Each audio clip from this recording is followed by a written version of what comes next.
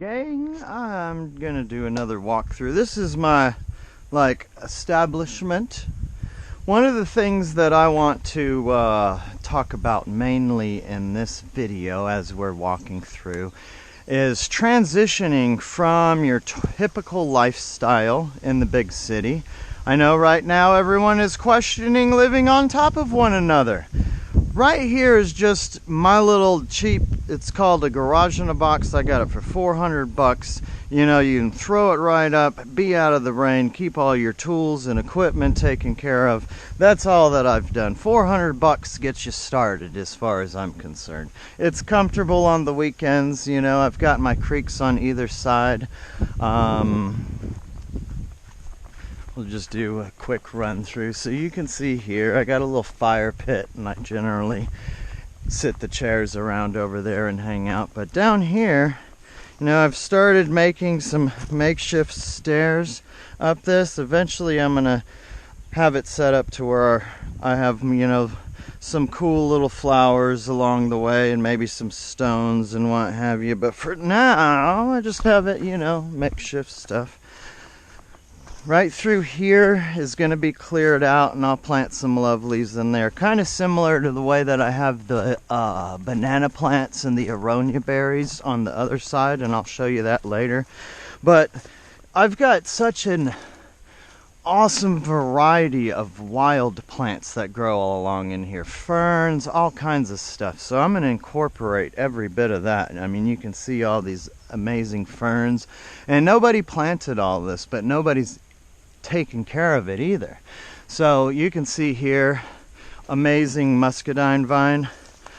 I mean, this thing is pretty thick down here, and it's just shooting out these vines, trying to reach for new hope. And see what all these guys are doing. So I just keep letting it do its thing. This is some old irrigation pipe I just laid across over here in order to walk across to keep my feet dry on certain occasions. But yeah, this is a super clean creek. This is on the one side of it. This creek runs alongside of this property line. All my goodies are over in there. And then on the other side is the creek that I did a walkthrough with. That creek all the way down one day, but this right here meets that, and they end up going back behind the property and feed into the waterworks back there. And there's actually been, you know, some alligators and all kinds of lovelies back there. These all used to be beaver ponds. Believe it or not, what I'm standing in used to be underwater. This irrigation pipe here just sat right there and sucked the water up. They brought a machine out here to this bottom and pumped all the water out. But occasionally this will run when it's really wet during the wet season. But it never gets up this way anymore. That used to be what it went up to. It kind of climbs about, I don't know, 10 foot or so from where I'm at. And that is what the garage in a box is sitting in, as you can see. It's sitting right there. Got some pretty cool flame azaleas that are growing wild over here. I'm going to clear all around them and incorporate that. There's these cool flowers that just vine around here. You know, see, the ants are eating on these, because here's a good specimen. They also are really good for the hummingbirds.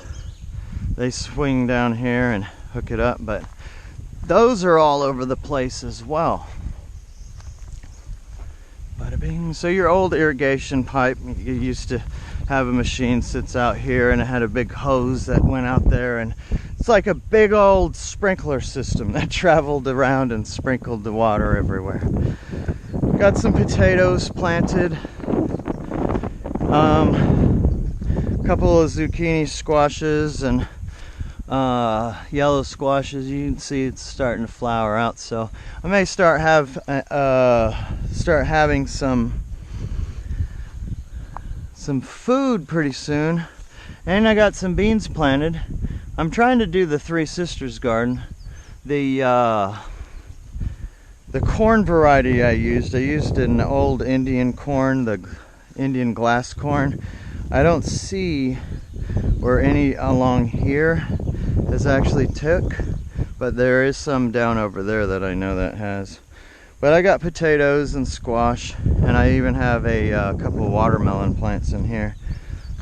These are squash and potatoes, squash and potatoes, squash, zucchinis, what have you.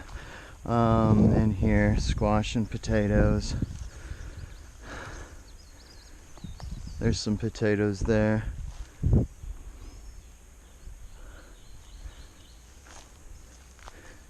There's a watermelon plant. That's what I was looking for, was this watermelon plant. I know there was a couple that I planted in here. As time progresses, I'll be able to see it better.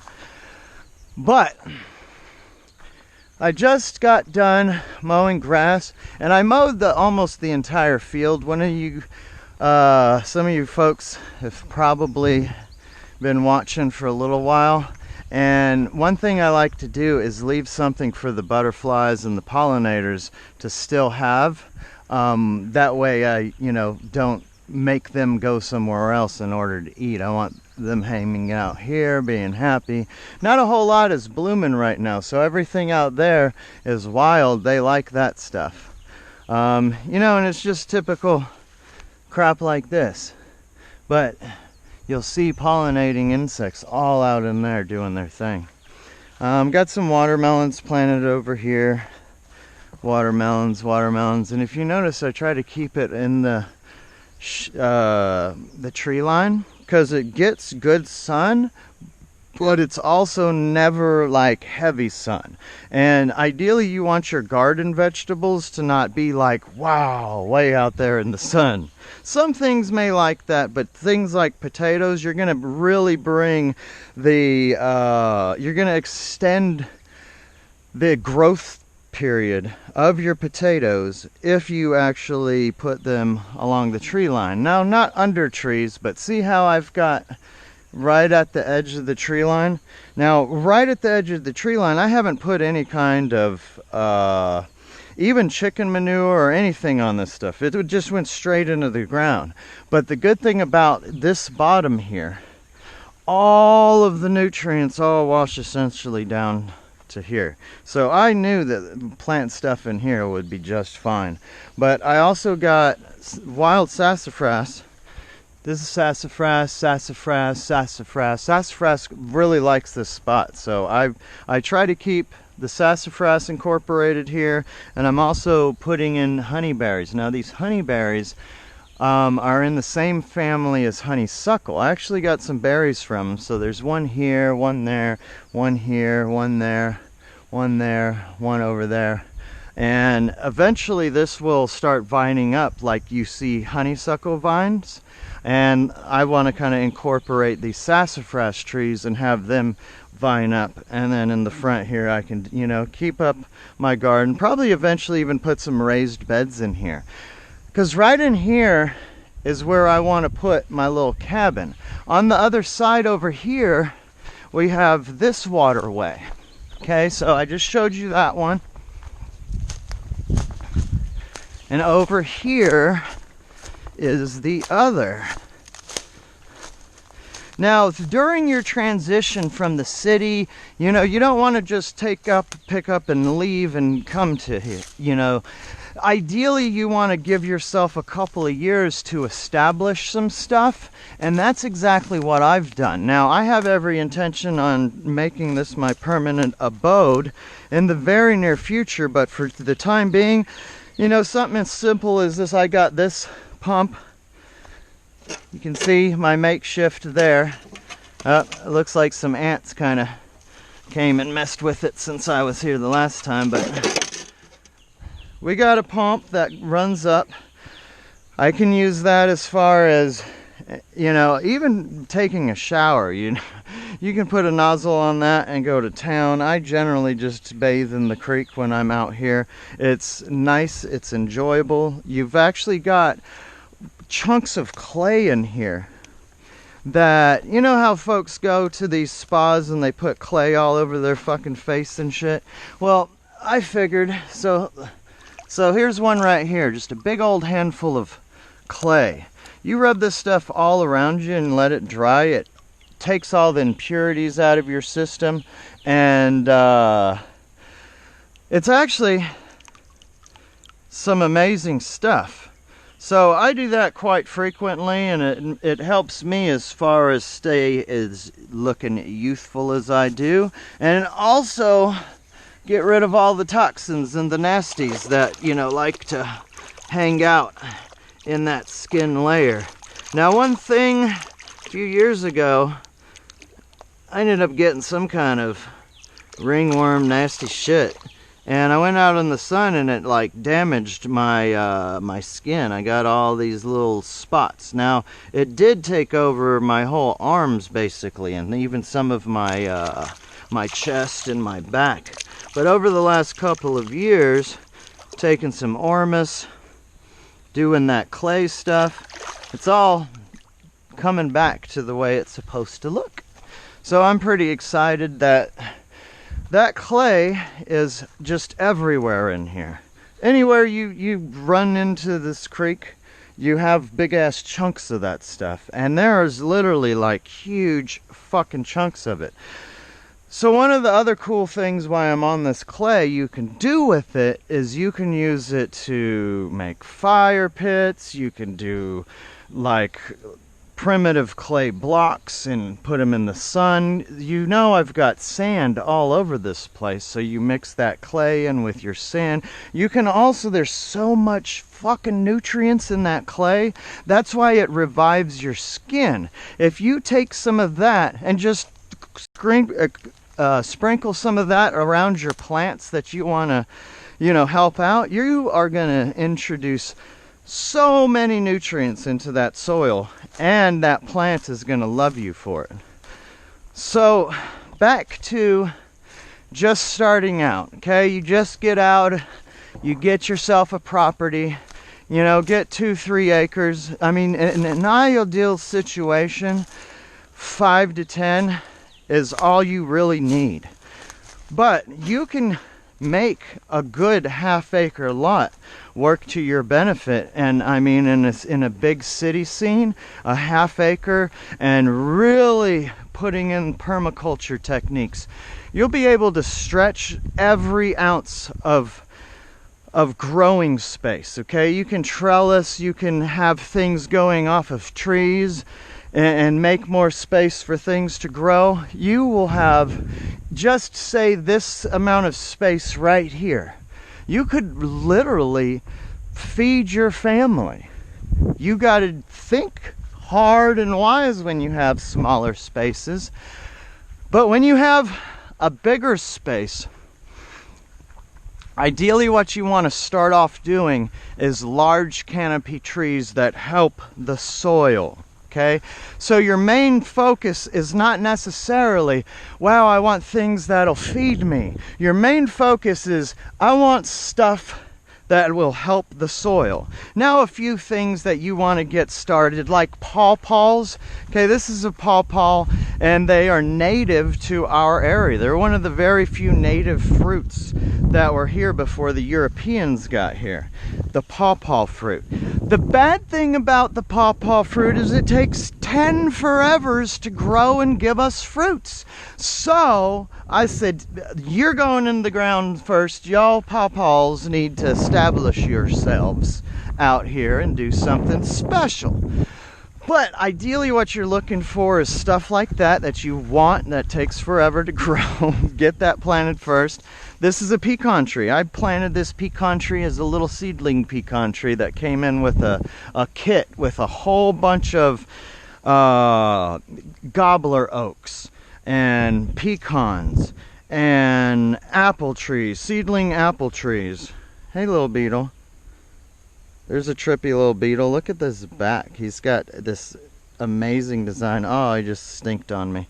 I was trying to show y'all, but he's tried to do his defense mechanism.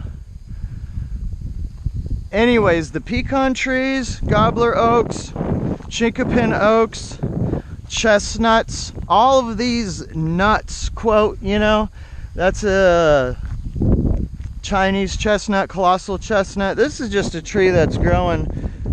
I'm not entirely sure what it is, but I need essentially canopy trees growing.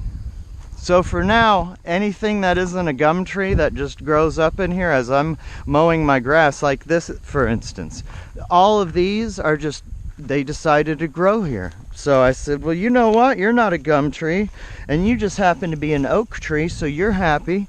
This thing here, once again, it's one of those, and I don't know if it's some kind of like wild apple tree or what, because it does look similar to an apple or pear. So I love it until I can see what it does. Then here you got some oak, wild oak. These things will, one, cast shade and also help create perimeters for you to grow your stuff. The things that have, you know, bushes and vines and under canopy things, you don't want them just sitting out here. So you want to establish larger canopy trees, you know, like this English Carpathian walnut was one of the very first trees that I planted, because once again, large canopy tree, it's going to give you food down the long run, and it's also going to be one of the best, like, growing huge ass motherfucking trees. It'll be like as big as this thing eventually. And now you have your spacing. See how far I'm spaced out away from all of these bigger trees? This will fill in this area eventually. It will outgrow this.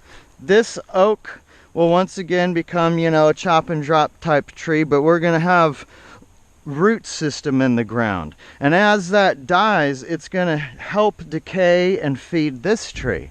And that's what you want to start looking at, is bigger trees, even if you're not going to like use them in your system. Imagine all the biomaterial that it'll produce, all the leaves, all the wood, all of the root system structure in the ground that will all help feed microorganisms, that will help all of the plants that you ideally plant over the course of the next few years, right? Once again, English Carpathian walnut. I planted this to kind of experiment. So under walnut trees, generally you're not going to have stuff growing. Unfortunately, that's a side effect to these walnut trees. They do give nitrogen to the soil and tons of biomass, but they also secrete this stuff that helps keep other vegetation from growing around it. Okay, it's not wanting to try to compete with other shit. So it's like, die motherfuckers. It's its own freaking insecticide, or herbicide, not insecticide. So I was curious if I establish a badass muscadine tree right here, as I'm establishing this English Carpathian walnut that's supposed to keep things from growing underneath it like that. If I can have that grow and incorporate itself into this, that's what I'd like to see happen. So, just an experiment. All of the muscadine vines that I have, now you see all the little things that are coming around in here. Believe it or not, this is chamomile tea, if you will. You see all these little flowers and stuff. Things are going to live in here. All your insects are jumping around. They're flying to their next flower. See, there's a bee over there doing his thing. I leave a patch whenever I grow grass, because ideally, whenever I cut the grass, you guys, you ideally want to have something for your pollinating insects to feed on while all your other stuff is starting to grow in. Fig tree, you know, plant some figs. They're going to be good for your soil. They're also going to feed you one day. You've got the gobbler oak, which has a big old acorn. I'm sorry, I'm trying to do this off the whim. This right here is a gorgeous black locust tree. Now you can see they've got gnarly ass spikes, and I just tried it for the first time this year. These guys put off this gorgeous white flower, okay, and it's like little bean pods, and when it's all, you know, pollinated and what have you. But if you go and eat those little flowers, it's like some of the best bean sprouts you've ever had. If you guys like bean sprouts, you will love black locust flowers. And you can see up there, I've got a few seeds. This is actually the first year that it's produced seeds. I planted these trees. This is the third year, so they're not quite 3 years old. But this tree is the biggest tree. I planted it from this height, along in the same kit I was telling you about with the gobbler oaks and all this and the that's. There's one more over there that survived. Black locust and black locust, out of 10, I only got 2 of them established. But once you get black locusts, you're not going to have any problem having more black locusts. That's one of the problems with these, but it's also a problem that I like, because black locusts, one of the things you'll start seeing black locusts just growing all around. And here's a pecan just growing all around. You'll see, when I say I let the things grow when I see it, so like this, when I come in here and mow, I'm gonna let this pecan grow. And it may not even be a pecan that is gonna produce any kind of seed, but guess what it'll be? It'll be a beautiful rootstock. All the tree that I cut down from it, and then it ends up essentially becoming a rootstock, and then little wood chips for my smoker grill. Boom, that's what you want to think. You want to incorporate everything in here.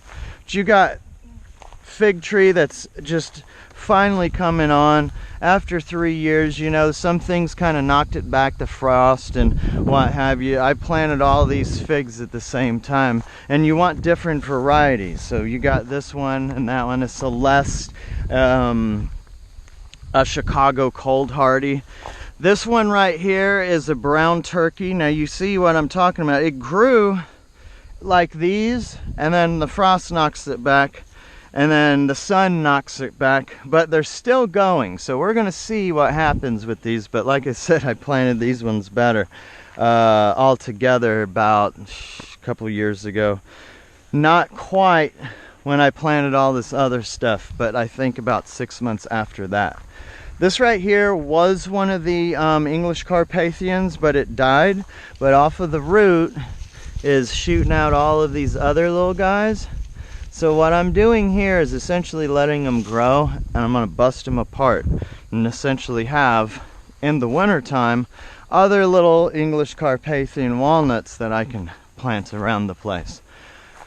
The jujubes. I'm pretty excited this year because the jujubes are starting to produce fruit. These were some of the first trees I planted along here as well. Jujubes were, I think I got 4, the very first plants that I had planted. Once again, because they take a while for them to start fruiting, but see the little flowers in here? The ants really love them. But they're already starting to turn to fruit. See, there's a little one that's starting to turn to a fruit. And this one here is a variety that's just a rootstock variety. As you see, this one essentially died off all the way down to here. Now this is the Lee or Lang that it's supposed to be. But the rootstock, whoop. This one right here is the Lear Lang. See the difference in the leaves? But the rootstock produced this one. See, it's below where the graft is at. On these they're grafted trees, so anything from this on up is going to be what I purchased, okay? This in here is just a typical rootstock. Now, I like having varieties, and generally you'd want this cut off, that way it's not sucking the life from this. But I have a bunch of Lee and Langs, and I don't know what this is, and it looks like it's doing an amazing job, and it's actually a lot happier than this Lee or Lang variety. And it's going to produce me whatever kind of fruits it is, but it's also going to be a good pollinator for the Ling and Lang varieties that actually are happy. So this one here, once again, this is a good one all the way up. It's shooting out. All this is new growth. I mean, you can see this color wood is all new growth compared to this. So these trees are really happy this year. They're finally shooting out all this new growth, and they're gonna, you know, keep doing that as time progresses. This is only the 3rd year. I got one over here. This is an apple. This is a pomegranate. That's a Nanking bush cherry, an apple. Now what happens with these pomegranates, they kind of die back, so you want to clip all this dead stuff off after all this life, you know, starts branching out. But these guys here are just really coming to life, so I'm gonna let them grow before I cut some stuff off of them. Once again, this is one of the Lee or Lang, and see there, you got some little fruit starting to grow. So have some jujubes this year.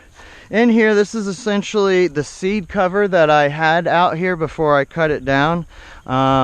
You've got peas in here, you know, you got hairy vetch. So here's some of the peas, and just typical field peas, you know.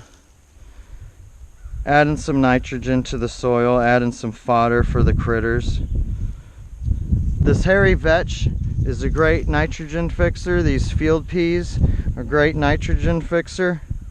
All that stuff, when you imagine it being chopped up and spit out as mulch all along in your garden and your yard, that is essentially what you're trying to accomplish. Every so often, you know, I see these things, I pick them up and I cast them out there because you want some for next year. See all these little wishmaker, those are all seeds. You want all this stuff just coming and going and dropping its seeds and helping the soil and leaving its batch for next year. All these hairy vetches, it's amazing stuff to me. I incorporate clover. Clover is also really good for the soil. So all around all your plants, you want to cast out different clover.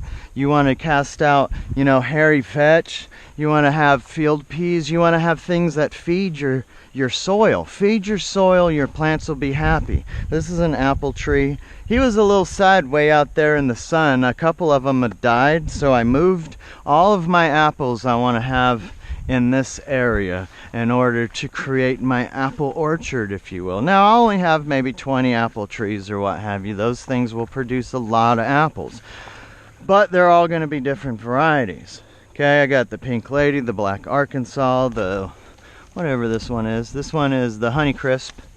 In between each apple tree, I've got planted in a Russian pomegranate. So Russian pomegranate, apple tree, Russian pomegranate, apple tree, Russian pomegranate, apple tree. And I planted that along this row here. This is essentially my road all the way down, you'll see. So it's okay to have things in straight lines when you're dealing with like roads. Ideally, I would encourage everyone to not have straight lines, to have things in curvatures. So I'll show you what I did out in here after I finish, you know, showing you these guys. This is the apple tree that more or less is here to pollinate everything else. There's 2 of these, okay? They're all grafted trees, yellow transparent, yada yada yada. Oop, that one's fallen off. Red Delicious. We'll just, I don't know, we'll leave that one right here for now. But I also have a muscadine, great, establishing itself. You don't want to let these muscadines choke out your early growth, okay? You want to let it latch hold, but once it starts shooting out, cut those, use those for your next trees. Like, just essentially cut it and put some root hormone in it and put it in a little peat pod. Let it sit in a shady area, and in a couple of weeks it'll start having roots. At that stage, you can just plant it along, you know, right up underneath it, and it'll grow. Some of them will die off, some of them will do well, but it's a clipping. Instead of clipping it off and throwing it away. You want to use those, incorporate it into your system, or sell them to your friends and family. This is a pecan tree I planted. This is one of those apple trees that are, you know, the 5-in-1 variety. It's starting to look good. It's its second year. I think I planted those the last year. So yeah, it's the second year. I just planted these this year. This is Asian pears, and they're still looking beautiful. Another Asian pear. And as you can see, it's got a bunch of different varieties on here. Okay? All these little, each branch is another variety. It's all been grafted onto a rootstock. So you have your rootstock, you got it grafted on. One of these main ones is one variety, and then see, this one right here actually failed, but you still have another little bit that's growing off.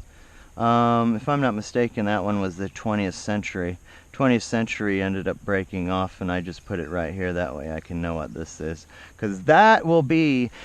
It's interesting how it works. If you have a graft, even if it's this nub, it's going to grow off the variety that you have there. If you have it growing below or outside of this graft, so this graft here, you can see if I cut this off, this little nub is still going to be this. I should have picked another one. Shinsiski Asian pear. It's still going to be that one. Now I also have things like kiwi fruits, like this kiwi fruit right here. You know, eventually that apple or pear tree is going to be growing up enough to where this can kind of grow up with it, and we're going to have river birch trees to have things grow up. River birch tree. These right in here, these are kiwis. This is all kiwi. So see the kiwis, they're growing up. And I've got the kiwi trained to where it's going to grow up this limb and hopefully have all this, a big wall of kiwis. See, all these are kiwis. I just let them do their thing. Kiwis. Eventually it'll shoot out and I'll start helping it train up. Kiwis, kiwis. This right here is maypop. Maypop passion flower, passion fruit. See, here's one of them here. Let's see if we got a good one that opens up. See all the little bugs and lovelies? These will actually turn into fruits. See, a bunch of them are starting to come out. That one isn't at its prime. This one's just starting to open up, so this one's probably our best looking one. They flare out these just gorgeous flowers, and then they of course turn to fruits. Now these things you can use as a melatonin. Fresh leaves like this one here that just start growing towards the top are where you want to eat. This one here's been around for a little while and you can eat that, but ideally you want the light green ones. See the difference in it? So it's got a nutty taste to it. It's actually a really delicious leaf. And if you need to like have some natural relaxation, eat some of these. And yeah, it does a good job, you guys. Now let me take you down here. Once again, when you're just starting to establish yourself, this is where I started.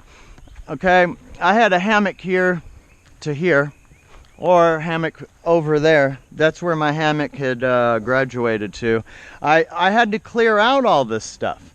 A lot of the time when you're just purchasing land, over the weekends, just get out there, do your normal 9-to-5 job. Okay, you're thinking, oh, I can't afford that 2 acres of land. I mean, you can find 10 acres of land or less for maybe, you know, $2,000, $5,000 an acre out there still today. So you're thinking, you know, $10,000, $20,000, you can literally bust your butt and just pay that off in 1 or 2 years. 3 years or so, we'll say, you get some land, $2,000, $3,000 an acre. So we'll say you get you 3 acres of land at $5,000 a piece. That's $15,000. You go and get yourself a little loan. Before it's said and done, maybe you're paying $25,000. Over that course of those 3 years, focus on one or two things: paying that loan off, or being out on the property on the weekends building things up. Camp there. Have a van that you have, like a little cot that you drive out there. You put your cot up whenever you're driving. You can use the van to shovel more shit out there. But have your little projects. Build your gazebo. Build your little hot tub before you even worry about building your house. You don't need your house for anything more than to store your shit in and to stay out of the rain. That's essentially the way I look at it. Otherwise, I want to be out here doing stuff. So a lot of the times, just start off with the grill, okay? Start off with your eating situation. Have a nice wicker chair sitting under your peach tree. Do something of that nature. It's like one of the first things you can do. Clear out a spot that you enjoy and start working from there. Okay, all this stuff has been cleared out and growed up and cleared out and growed up. I try to incorporate, you know, any wood that I find. I just burn it in a big pile unless it's just easier that way. A lot of this stuff is stuff that's just fallen out of trees that I keep picking up out of the way, like that piece over there. This right here is an old washing machine tub that was my grandma's. I found it over there in the woods because my grandfather, after it, you know, stopped working, took it to the edge of the woods and threw that shit in there. Well, now it's still alive. There's an inner tub and an outer tub. When you look at this, this is the inner tub. Now you have a hole like this on the underneath. So what is this actually? This has been a rocket stove. So you shovel your stuff in there, and because it's surrounded by air and it pulls in from this hole underneath that I dug, it pulls the air in, fires it up, shoots all this heat up here where I can use my cast iron pot and just sit on top of it. So just so you can see, boop, cast iron pot, and I easily can clean that out in the creek over there. It's just camp style. So got another one of these are for fish, which is this one. One of these are for meat. You don't want to smoke fish and then smoke meat. It's like, ugh, my pork has a fucking fishy smell to it. So that's something you can keep in mind. Still have the tent here for, you know, when visitors come in. I'd keep this mode. What we have here is an awesome setup. I'll talk to you about this. This is the mulberry tree. Now, this thing just grows wild here, okay? This right here is a mulberry tree. This one here makes delicious mulberries, and the way that it grows, I mean, it's amazing. I love how this will give you fruits essentially during May. That was something that just fell down there. But I still got some fruits off of this even yesterday. See, there's one right here, one right there. It's getting to be slim pickings. But, see, here's one here. Mulberries not only feed you, see, delicious mulberries. And here's some specimens that are actually the way they need to look. So this right here is one ready for picking. I just touched it and it fell off in my hand. You want to pick them like this. Now see, this one right here isn't quite ready. That one's not quite ready. Now this right here, these white ones aren't quite ready. So once you see it get to this stage, so hell good. I mean, I can literally eat as many as I can. And then once you eat too many, you realize you made a mistake because they do have the shits, but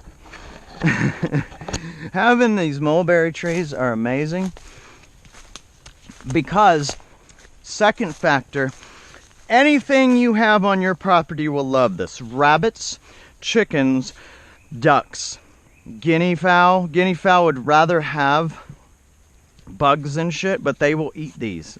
These leaves get humongous, like big motherfuckers, okay?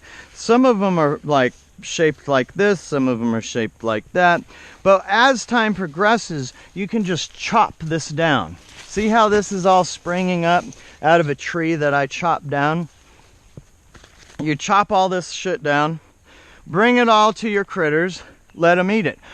Pigs, goats, horses, cows, any animal you have on your property that's livestock critter will like that. If you have a situation where you have a bunch of these growing and you're just chopping them down, you've got a continuous food system that you're turning mulberry leaves into meat, essentially, okay? So just keep that in mind. Mulberries, elderberries, these things are also quite edible for your critters. I would even imagine, you know, these elephant ears, and I've never really thought about it, but elephant ear tubers, you know, I bet pigs would love the hell out of those things. I don't know. I'm wondering if some kind of critter will like eating these. It's not bad tasting. I could picture it. But, you know, elderberries, mulberries, you want to plant as a fodder, okay? One thing that I also talked to you guys about was the aronia berries. I wanted some aronia berries established. So what I did is I went and got 50 aronia berry plants, and I planted these in here. Now you can see these aronia berries have already flowered. You're actually starting to get fruits off of these. These are all very happy, very healthy, because I have them in this under canopy. And this has never been farmed, never been tilled, never been anything. I essentially just came in here with my push mower and I mowed this all out, and then I planted these in here. Since I got 2 varieties of the honeyberries, same as over there. I wanted to see if I could establish some here too. But you've got honeyberries, aronia berries. These are things you can't buy in stores, okay? These are things that a lot of people have never heard of, but aronia berries are also one of the first native fruits that were here before the Europeans got here. They used to be called chokeberries, but chokeberries is not a very marketable name, obviously. So they changed them to aronia berries. Now aronia berries are some of the best, highest antioxidants you can find in the berry world. These are even better than goji berries. I have goji berries over there as well, but if you want something that is like healthy, that will knock out some kind of virus or illness, you drink you some aronia berry juice. The Asian people are really high on these things. So just look up if you've never heard of aronia berries. These are all aronia berries that I have planted out here. Aronia berries. Aronia berries. This is all just weeds and shit. So, gotta come in here sometime and just hand pick things out of here. But aronia berries are what you want to invest some money in. Get you some aronia berries. As time progresses, when you move out here, plant stuff like, you know, your aloe veras, your goji berries. That's what this is. This is aronia berry. These are basils that I've planted, different kinds. You got your sweet basil and your pesto basil, and the purple basil.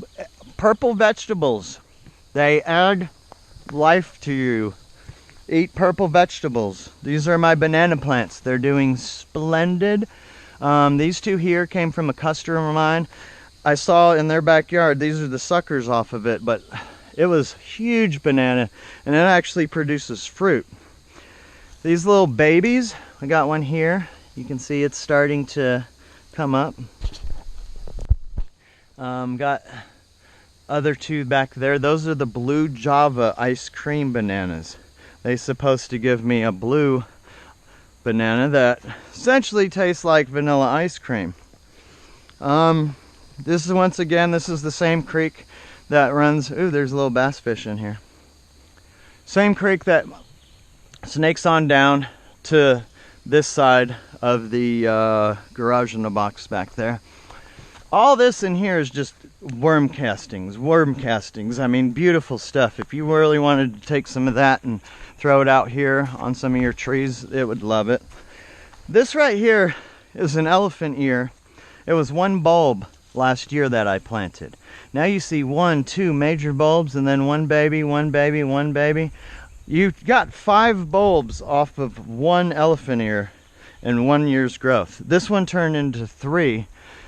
But it really likes this area. I planted these last year, and that's what, seeing these compared to up there where it's still just a singular one, it told me that this soil right here was amazing for what I wanted to do with the aronia berries.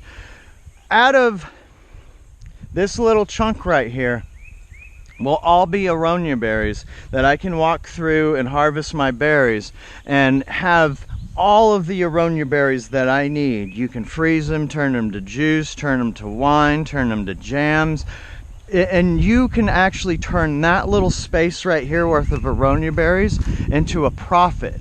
Having stuff like ginseng, wasabi, aronia berries, these things bring buku bucks, y'all. Look them up. And if you have a little space, you want to go for what you can grow that brings the most money. So when you're looking at stuff, don't just look at, oh, I want some food. The look at it is, I want some food and I want some trade value. I want some money. Money grows on trees. People want spices. They want good tasting food. They want natural remedies, you guys, and they will pay huge amounts of money for it. That's like their only alternative to what's going on in the world today. So if you're able to provide them a system or food, that's what I feel like I'm trying to accomplish in my setup, you know? I'd eventually like people to come here, you know, a few more years down the road when everything is like all growed in. Have people come here and I can show them and explain to them why things are a better idea this way. This right here grew this way. So all of this was grown up. All of this literally had just shit everywhere. I mean, it looked like all that in there. I've actually cleaned all that out in there one time. But this peach tree was about the edge, okay? So it started growing out that way to get the light, because literally this was the edge of the wood line when I started, okay? So I cleared out all around those peach trees. There's actually 4 or 5 of them in there growing. And it started producing so many more peaches. And I just let it grow out the way that it was, because one, I could put my bench under in it and it was amazing, but also, you know, now you can actually get all of the peaches off of there. So the peach tree wants to grow its peaches on the highest point so it can potentially be ripened and not be interfered with. But because it's growing out the way that it is, I just so happen to have a convenient way to get my peaches. I got blueberries in here. I've been picking some off of there. Now here's one here, not ready, but blueberries just about done. I had a pretty good supply off of them this year, so I am confident that I'm going to have these blueberries producing me an amazing array. Now I had a couple in here die. That's why I've got some extras just in case. One that I've already moved. These ones took, I guess, a little bit longer to die, but I'm going to move those 2 over into here. Once it's, you know, it's not the best time to be planting shit, transplanting shit right now. It's too hot, so I'm going to wait. I'm going to wait till winter time. We'll put those in here, and then I'll have a nice blueberry patch. All this will essentially be a wall. And as you can see, I've got a swale here, and it works nicely, but it like fills up with sand over time. Actually, you can look on a video that I made about this swale if you're interested. But all the blueberries are looking good. I got pear trees out here. These are all pear trees. All those are stone fruits, different kind of stone fruits, nectarplum, all kinds of different peaches and placatums and what have you. But these are different varieties. This is the 5-in-1. I think a couple of the grafts died, so there are only like 3 on there now. That's like a Kiefer or Bartlett pear. This one's a honey moon glow or moon glow, honey glow. What the hell are you called again? A moon glow? Moon glow. Moon glow pear. This one here is the pineapple pear. Supposed to taste like pineapple, which is pretty amazing. But yeah, that should give me, you know, really all the pears that I need. I'm a big fan of plums, so I've got all different varieties of plums in here, and plum cots. This is a plum cot, and he's pretty unhappy, it looks like. But, you know, these are plueries. Pluery, pluery, pluery, pluery. I'm pretty excited about those. A pluery is a cherry and plum hybrid. This right here is a burgundy plum. It's here to pollinate. Some of these varieties need a pollinator. So if you put a good pollinator in with your trees that you know, ideally want a bunch of fruit from, you're going to get more fruit. So have pollinators, you guys. Have, you know, underneath all these, you can see, look, all different varieties of clovers, right? So you're bringing the pollinators in here with clovers for your leaves or your trees. See, this is why you have clover seeds. Not only give it nitrogen and produce lovely soil for your stuff, it also helps keep the moisture in, and it gives you pollinating insects. Something that I've planted recently, over there are some of those Asian pears. But not too long ago, maybe a month ago, I planted these cherries. This is once again the Asian pears. This one had died, unfortunately. I'm pretty confident that this one is not gonna take. I got 10 of them. I gave my aunt one, and I generally expect a good 10% of whatever I plant to die. So 1 out of the 10, it's not bad. All these other ones seem to be pretty happy. What I did here is I planted them along the swale. So, theoretically speaking, it will keep it watered throughout the season. This one looks a little unhappy, but I just planted them a month ago, so they're just starting to take root, and I expect them to look a little sad right now because it's been kind of hot. And cherry trees, ideally, they don't want so hot of the sun, but the cool thing is you can see the sun's right above us now. It's about 2 o'clock, somewhere around in there, and you get the sun from over there and it'll move, so you get early morning sun all the way to about 2 or 3 o'clock. After that, it's actually be on these trees, and then it starts casting shade on here.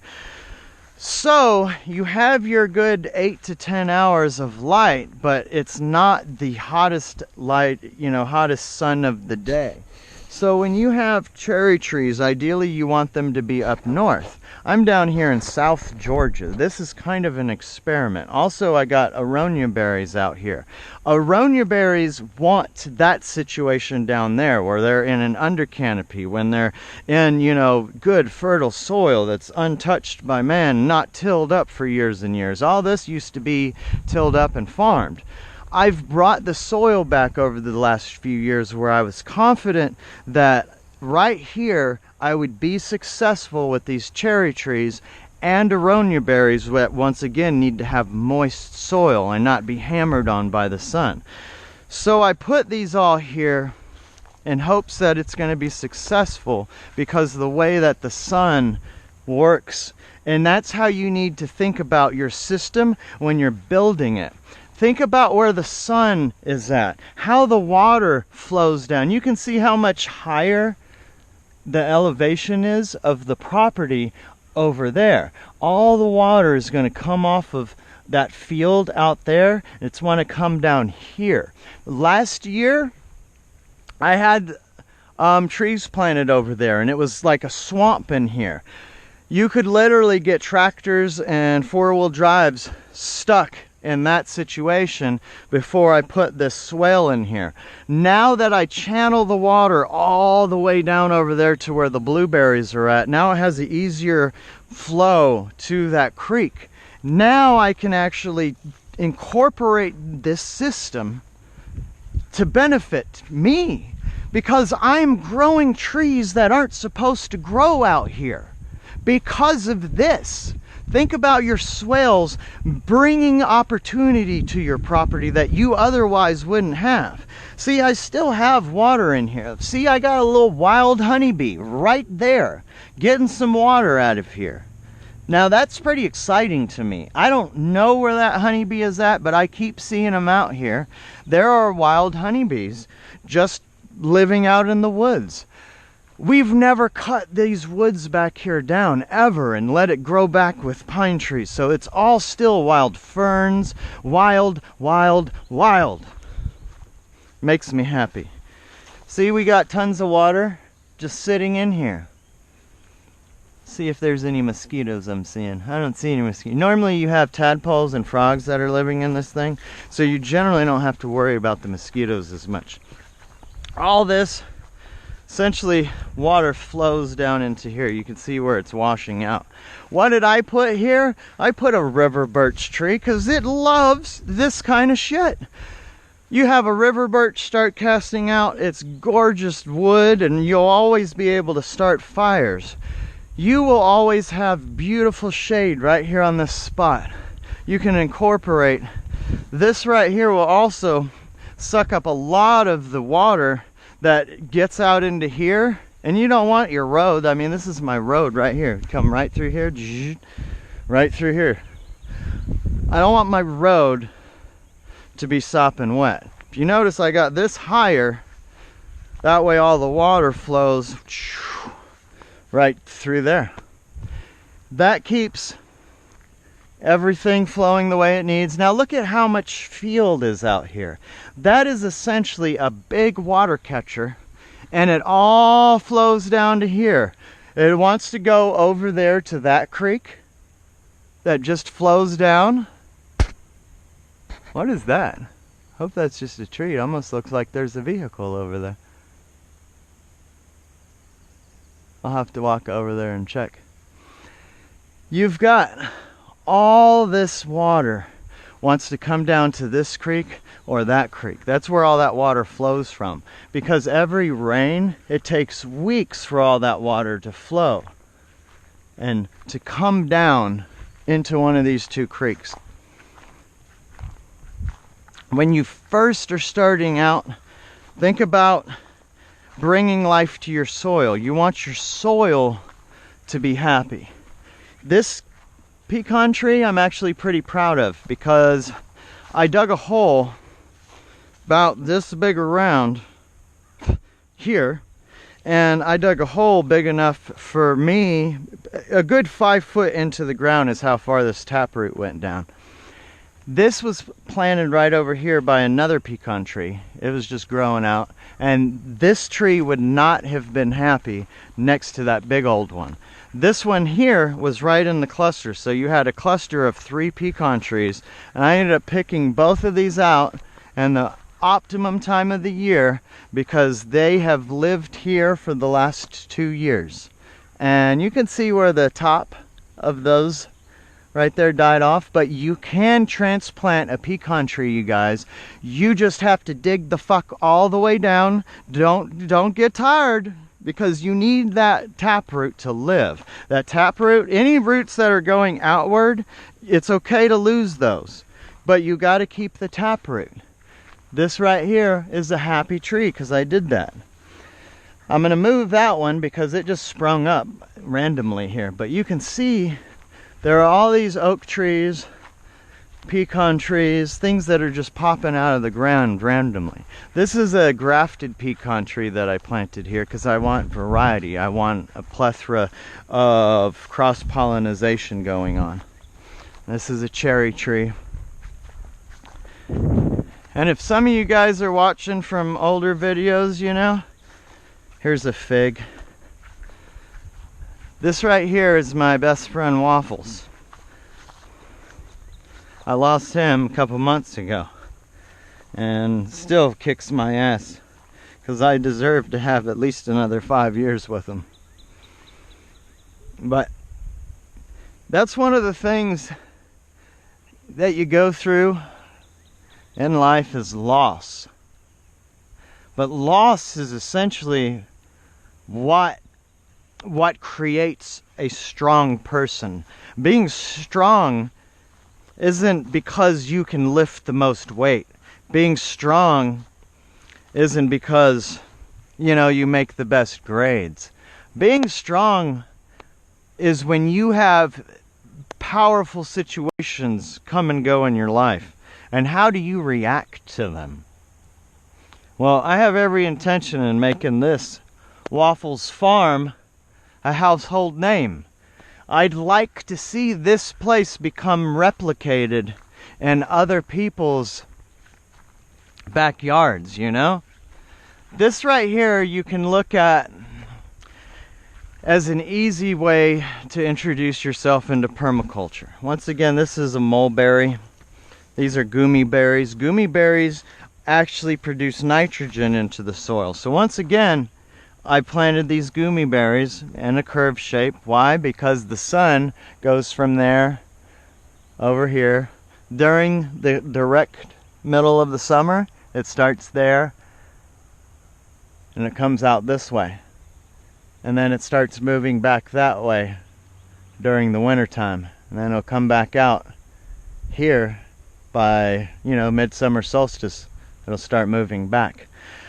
If you come to your property, the very first thing you want to do is you want to know where your sun's going to be at every time of the year, because you can start mapping out all of your trees in accordance with that. And if you see, all my trees are actually lined up with how the sun works. I keep them in certain areas, that way they can actually have shady spots at certain times. I also like this big old willow tree. They will get out here and cast shadows and shades down on said mulberry tree that doesn't like the necessarily direct sun. These guys here, they don't necessarily like the hammering sun, but they can tolerate it. As time progresses, you'll get shadier areas on, say, your olive tree. And yes, this is a for real legit olive tree. It will produce olives. Another weeping willow. The thing you can also keep in mind with weeping willow, these are also good fodder trees. Willow, mulberry, elderberry, you give these leaves to all your critters, your chickens, your rabbits, the more this stuff grows and you want to trim leaves off, trim branches off, feed them to your critters. This is a maple tree in hopes maybe I can have some maple syrup one day. We'll see what happens. This is another black locust. This isn't the ones from that batch. These are just a couple of different ones. So I have different varieties out here. Another pecan tree. All those are like little oak trees or pecan trees that are grown wild. This here actually had died off, I thought. It's a little lemon tree. So we'll see what it does. I'm hoping that it'll establish. This is right on the borderline of what it can handle, I think, but it lived through a couple winters. I found a red ant eating me alive. Found a cool little piece of rock too. Willow tree, black locust tree. Here's the olives. So see there, you guys got some olives already starting to grow on these. Olive tree, olive tree, olive tree, olive tree, olive tree. I try to get a few different varieties of olive trees too, and different places that I've gotten the olives from. I'm a big fan of olives. I've got some cactus out there, some of the